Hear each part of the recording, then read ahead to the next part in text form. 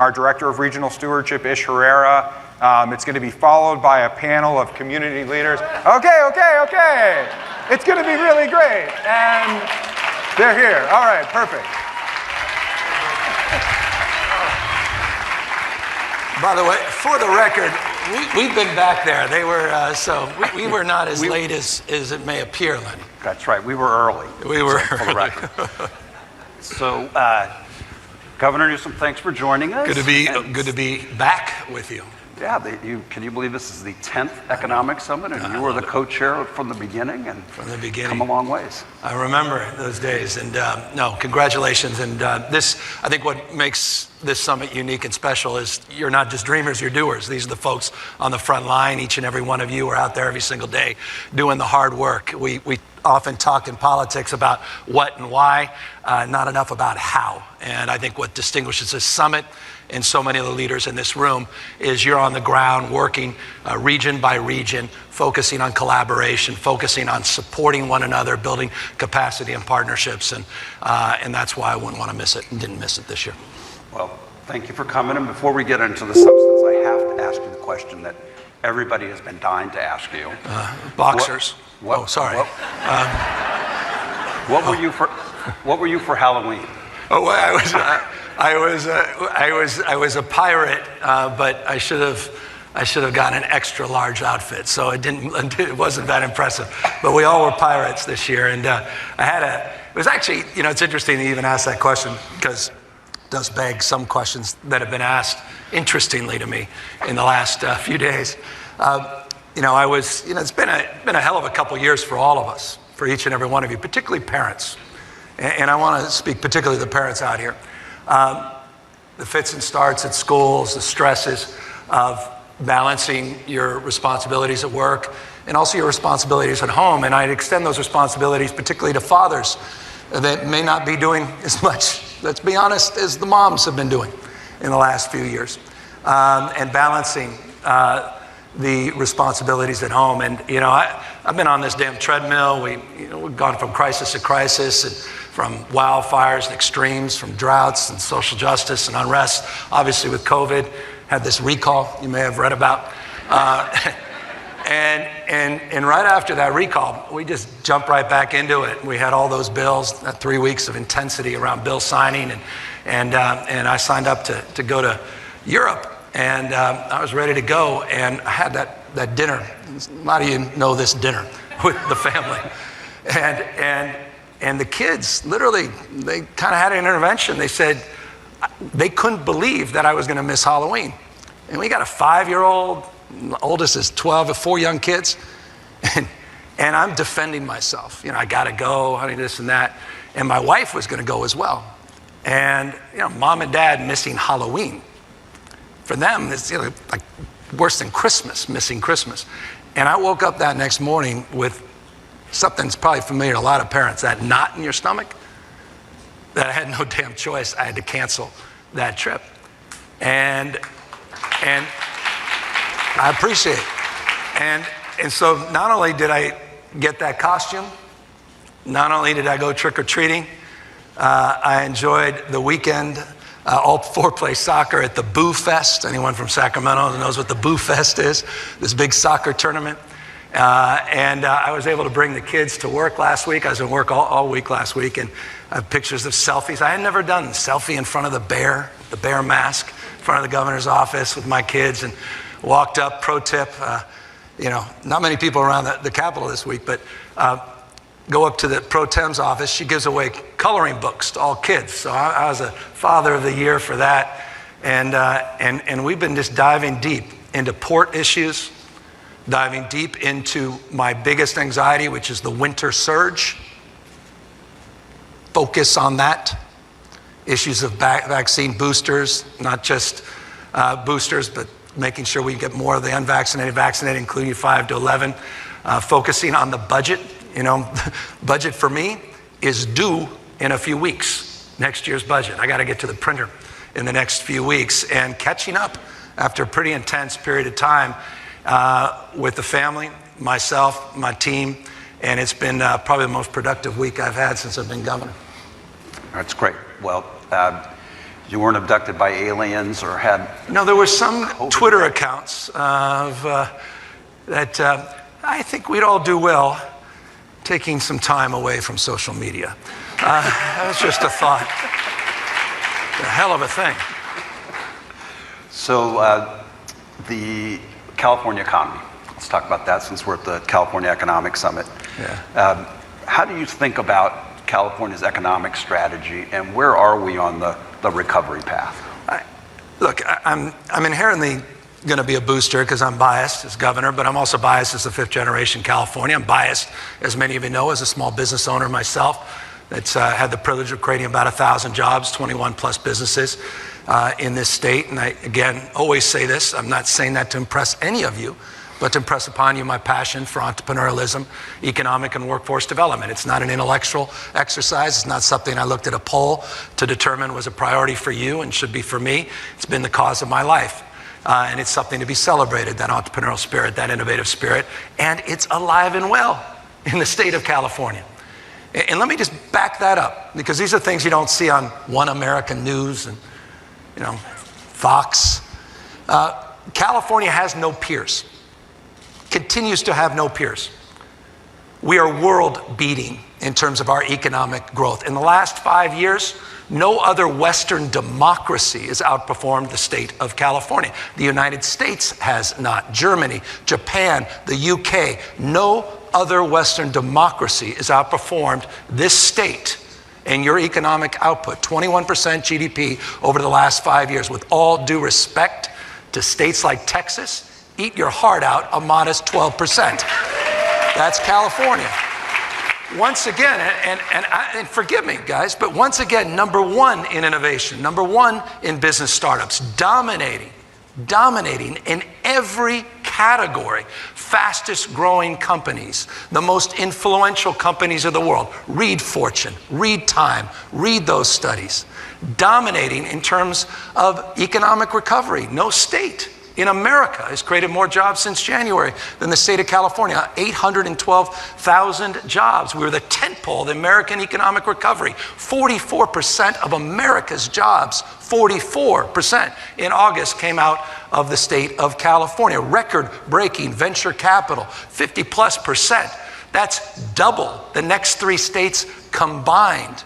Better economic performance versus Texas. In the last 18 months, they grew at a third of the rate of the state of California. Better economic and health outcomes than Florida, Texas, Indiana, and the US since the pandemic.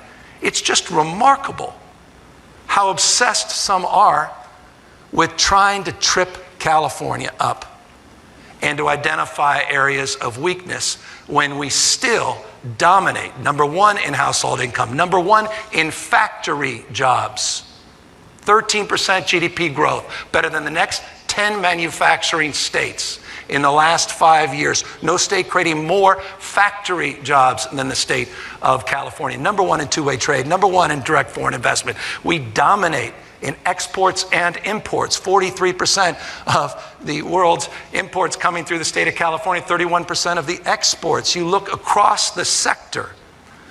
Look what's happening in aerospace, and look what SpaceX just did, 6.5-acre procurement down there in Long Beach of new facility.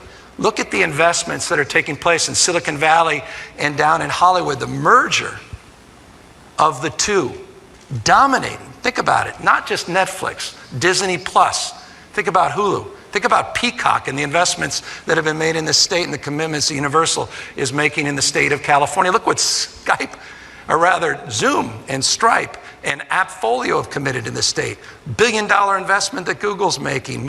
Those things don't even get headlines because they're table stakes in so many ways.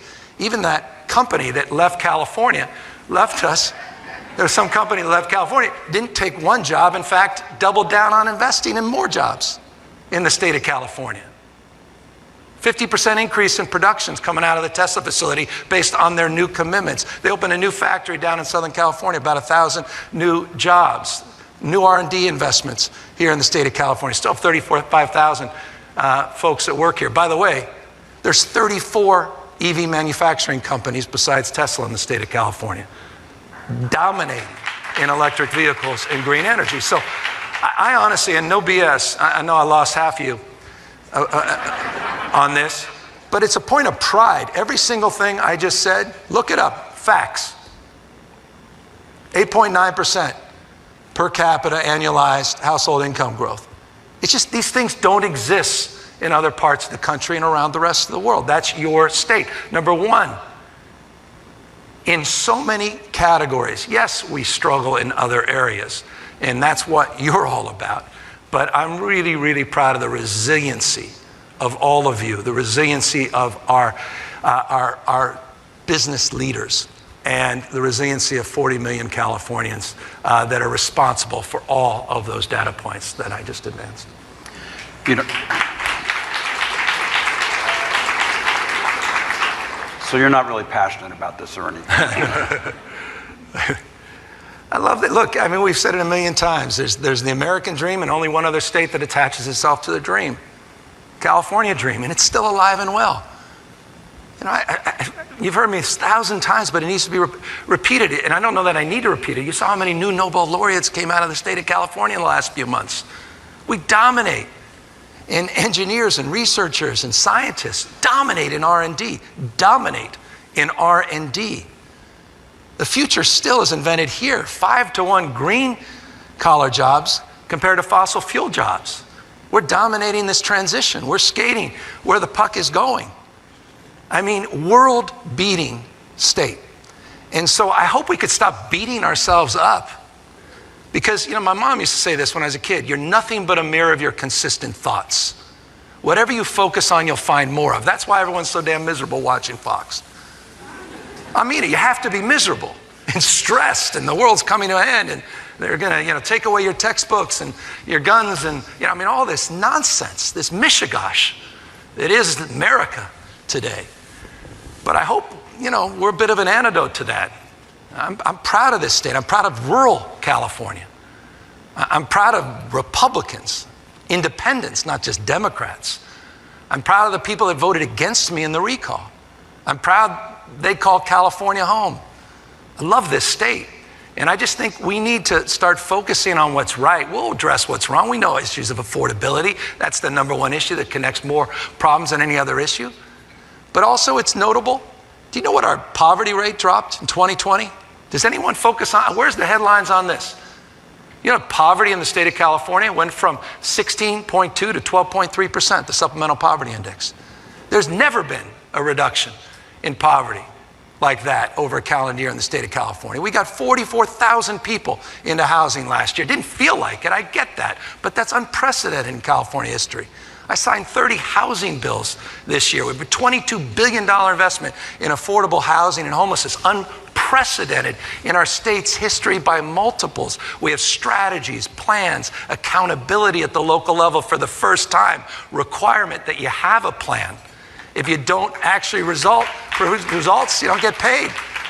You know, we're changing the paradigm, and so I just hope we start changing our paradigm of thinking a little bit as well. Because, you know, Lenny and I were talking about this. This has been a hard year and a half for all of you. And winter is coming.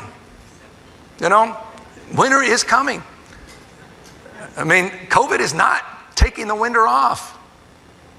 Ask the folks in Germany, record-breaking numbers today. Ask what just happened. Shut down a week in Russia. The EU, see what's happening. Ask my friend Jared Polis in Colorado. They're less than 10% of their ICU beds right now. What's happening in Vermont, New Hampshire, Minnesota, the Dakotas. The winter is here. It's coming in California as well. And it's hard, but we're getting through it. We'll get through it. But it's going to require all of us, I think, a little bit more discipline of focus, a little less finger pointing, a little less jawing back and forth, a little less focus on the differences.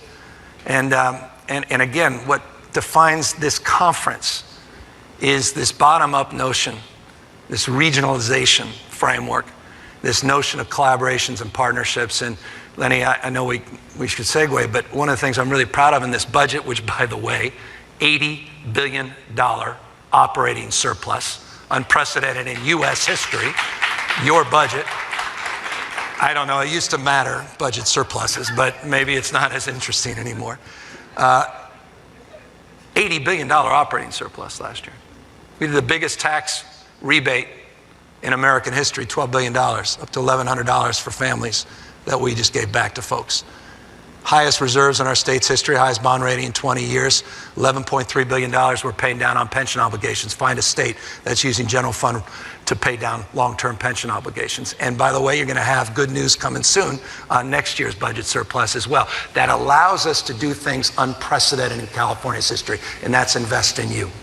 Invest in human infrastructure, not just physical infrastructure. And $600 million in this year's budget was investment quite literally because of you, because you inspired an idea the last time we got together in Fresno, the extraordinary Fresno Drive Collaborative, which inspired many of you in this room and sure inspired me to make a commitment to you that we fulfilled. $600 million that we're putting back in to replicate programs like that, to support your efforts at the local level in 13 key regions in this state, to make sure that our economic recovery is felt by everybody, not just some of us, and to make sure that we're focusing on the divide, particularly that urban-rural divide. And so I'm looking forward to the work you'll be doing over the course of the next number of months as we provide tens of millions of dollars of planning grants and then over $500 million in implementation grants. And we move this agenda forward to galvanize and organize and regionalize an entrepreneurial framework where we can accelerate our transition and accelerate our leadership and dominance economically across the state. It's terrific. So talked a little bit this morning, and we'll talk again tomorrow about SURF, which you're talking about CERF, which is a big plus to try and get regional economic development done in a collaborative way that's really built on a lot of the principles that California Forward has. So with that money, the federal infrastructure money, hopefully some Build Back Better dollars in the upcoming federal budget, how do we help ensure that that money actually delivers for the people that you're talking about? The rural-urban divide, the issues of historical racism, the lack of opportunity for too many people. What do we need to do to address those topics? Well, as you know, our mantra, and it was our mantra when I had the privilege of being Lieutenant Governor, co-chairing the first economic summit we had, was growth and inclusion. You can't have an economic development strategy without a workforce development strategy, and you can't have a strategy that's top-down. You can't sell down your vision. That vision, the state vision, has to be realized at the local level. I say it all the time, localism's determinative. But localism defined by a regional framework and recognizing the unique regional characteristics of this state. So often in Sacramento, we talk about the aggregate. None of you live in the aggregate. You live somewhere in the state, you do business somewhere in the state. There's strengths and weaknesses that are defined distinctively. That's why our approach to COVID has been bottom up similarly. And our approach to economic and workforce development needs to be defined accordingly. What I love about the Fresno Drive, what I love about happening with the Better Bakersfield efforts and Kern is this framework of partnership, public-public partnership, not just public-private. Partnering with community colleges, our extraordinary public universities, CSU, UCs, developing collaborations, and extending our capacity by connecting more dots. So the key for me in answering that question, we're going to fund success. We want to fund strategies and plans, but we also want to fund leaders and we want to fund doers. At the end of the day, there's just no substitute for doers and entrepreneurial thinking. We want to fund iteration. We want folks that have a mindset of, ready, fire, let's go. I don't want to wait for the perfect. And that's why we jump-started with the $600 million, these regional grants, but we want to keep driving that. You identify the needs, we want to be your partner and develop those needs, and we want to drive more investment from the private sector, not just the public sector as well. Over $40 billion, we're still plus or minus, counting up all the money that came from the $1.2 trillion package that was just approved by Congress. That's a big deal. But I want to put it in perspective. This year we put $4 billion of our budget surplus for electric vehicles in the state. The federal government's Infrastructure plan, unprecedented investment in transforming and transformation, is $384 million over 5 years for electric vehicles. The state put up $4 billion. My point is only saying this: mad respect for the federal government, there's still no substitute for your state. Our state investments are profound and need to maintain in terms of their prominence. And we can't just look to Washington, D.C. to solve all of these problems. But nonetheless, we are at a point of real abundance across the spectrum. Our ability to invest an unprecedented amount of money in infrastructure and in human capital. And we want to do that on the basis of real strategies and regional collaboratives. And so that's how we ultimately advance that cause. And we're trying to do it across the spectrum with the earned income tax credit, expanding child care, all the stuff they're debating in Washington, D.C. right now. All of that's been accomplished in California. Early childhood education, we created a brand new grade this year, TK. It's no longer K through 12, it's TK to 16. We have free community college in California. We significantly expanded child care subsidies for 200,000 new slots. We created child savings accounts, unprecedented. There's not a state in America that's ever done this. 3.7 million kids are going to get their own savings and checking accounts, which is really amazing, I think. It's kind of cool. And we want to use those accounts not only to create a college-going culture, billions of dollars will be invested in that, but we also want to use it to create a framework around financial literacy, address the issue not just of income, but of wealth divides. And that goes to the issue, Lenny, again, of equity. We've doubled the earned income tax credit. We've extended paid family leave. We've done a lot of the things that are deeply part of our equity agenda. But from an economic development framework, again, regionalization is foundational in terms of advancing that goal. Okay. One other core element of that economic development is that it not only needs to be vibrant and growing and inclusive and equitable, but also needs to be sustainable and resilient given everything that we see hitting us, from wildfires to mudslides to rising sea levels and things. So how does the state, and how should we be thinking going forward about embedding sustainability and the transition into our plans? So California Forward helped co-sponsor a deliberative poll that I sent you the results of that talked about widespread bipartisan support for climate, more government intervention climate, but want to make sure that it's done in a way that is affordable and helps people who are going to be disadvantaged transition. So how do we think about those things? I was talking to my staff the other day about our MOU under 2, where we have 235 subnational organizations that have signed up, and we were looking forward after the 6th assessment to going to COP in Glasgow, COP 26, to make an announcement of our new signatories. And my staff went, "What did you just say?" I said, "Well, you know, our MOU under 2, or at least to get 1.5, to hold to 1.5 degrees. They said, "Is that Celsius or Fahrenheit?" I said, "Celsius." I said, "What is Celsius?"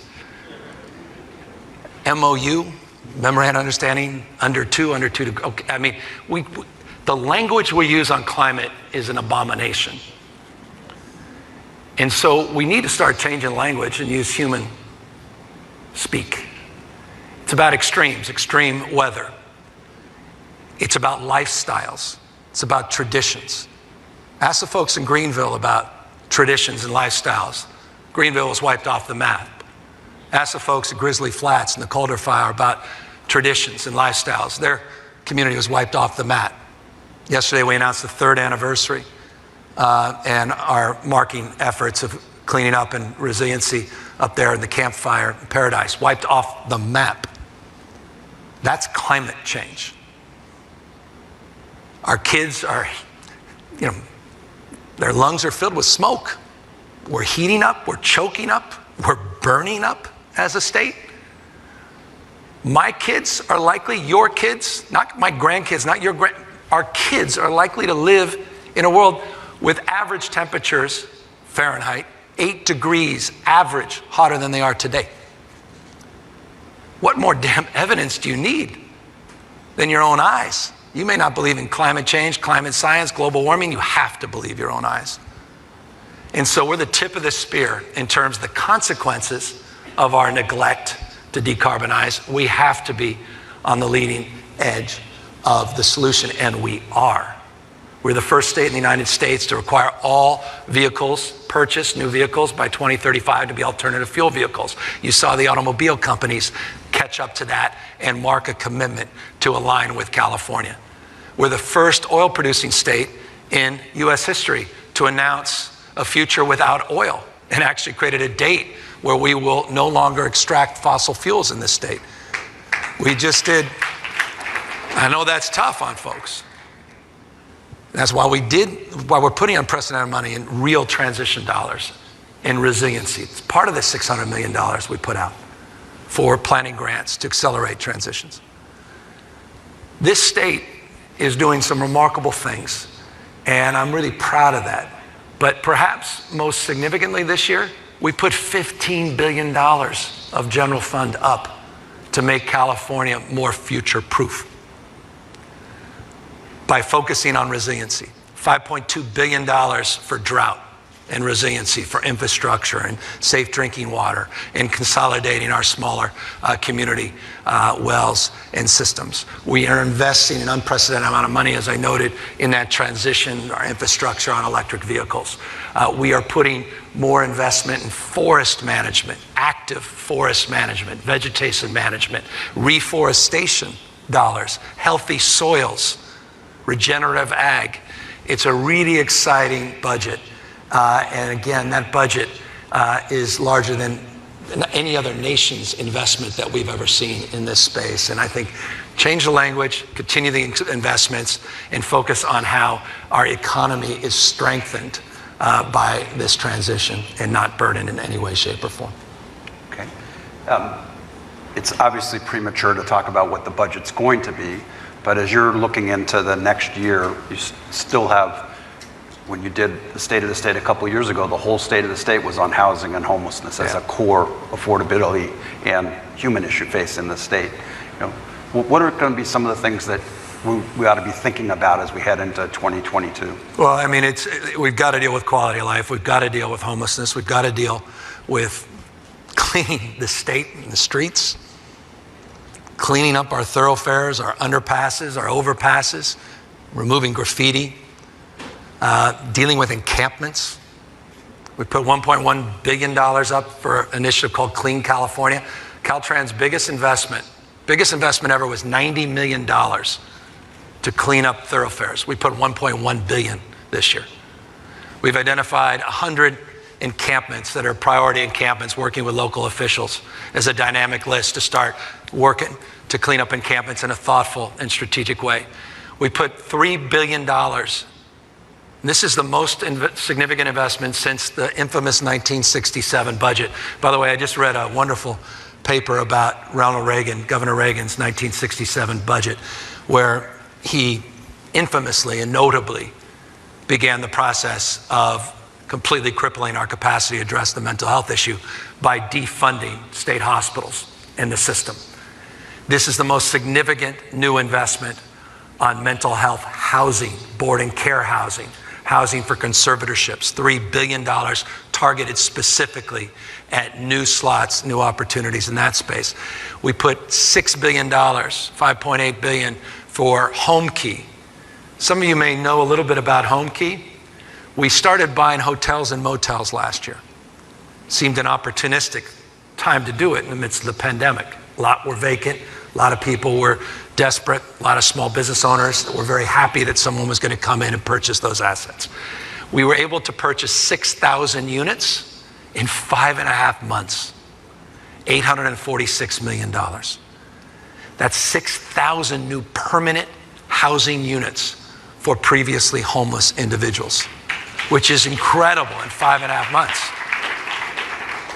846 million, 5.8 billion in this year's budget to replicate that program and get it a whole nother scale.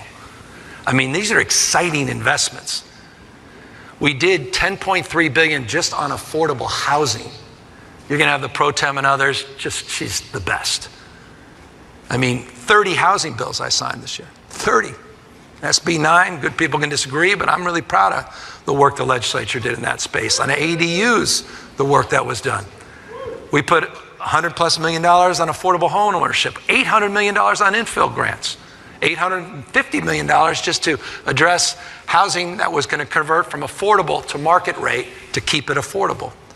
Comprehensive plan, comprehensive strategy. And we created, and forgive me, I know a lot of you local leaders, and forgive me, but we created a housing accountability unit. Because you know what? Everybody talks a big game, but local government continues to be the biggest impediment to new construction in this state, the NIMBYism.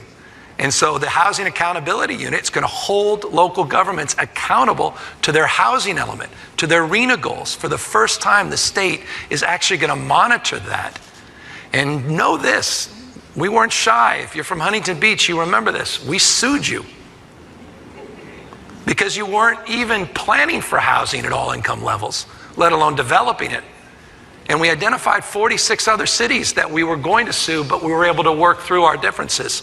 We're stepping up our enforcement and our accountability, not just putting up more money. So housing, homelessness, continuing our unprecedented education investments, continuing to reduce the cost of college, continuing to do the kinds of things that they're still debating in Washington, D.C. Again, focusing on a just and equitable recovery, and always mindful that the number 1, 2, 3, 4 issue in the state of California in terms of economic growth and recovery is addressing COVID and getting COVID behind it. If I just may end on this. I know our time's up.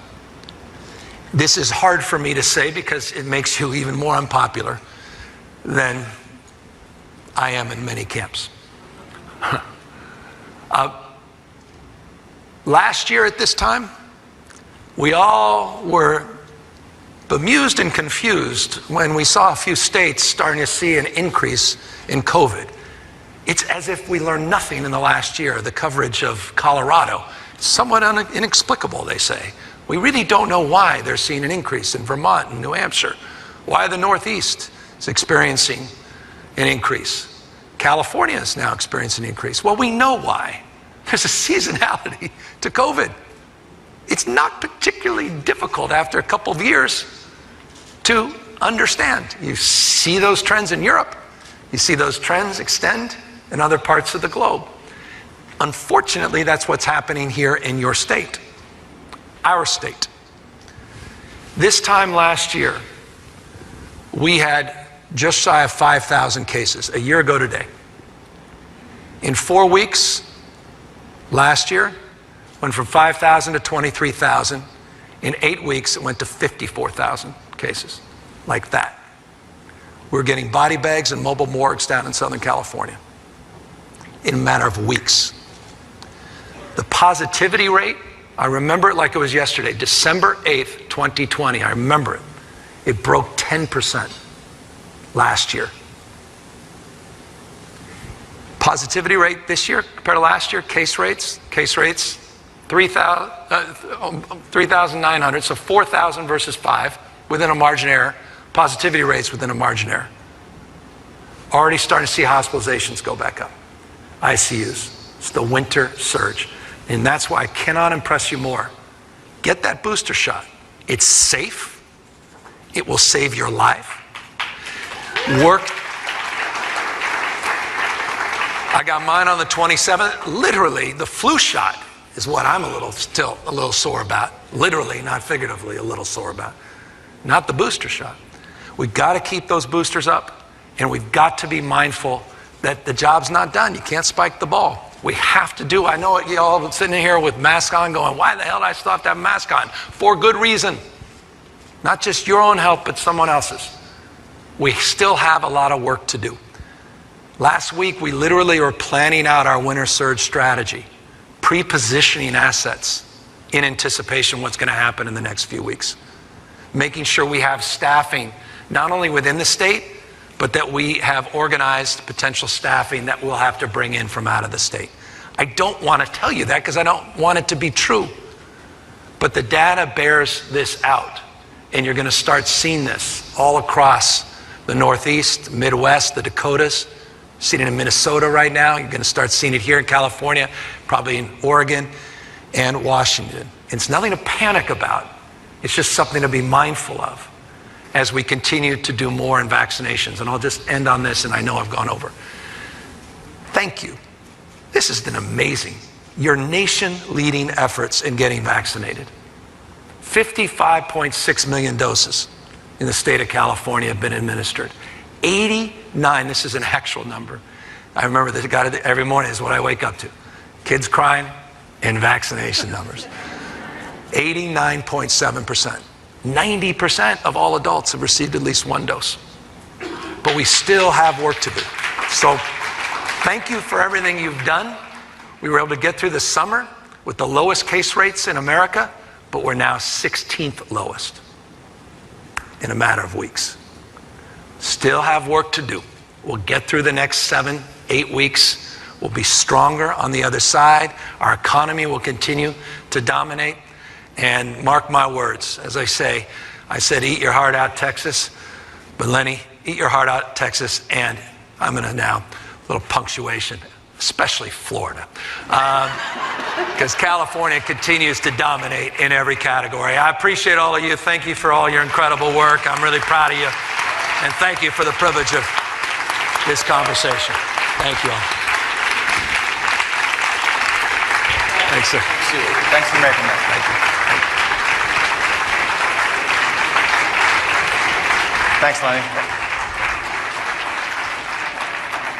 All right, so as promised, lunch and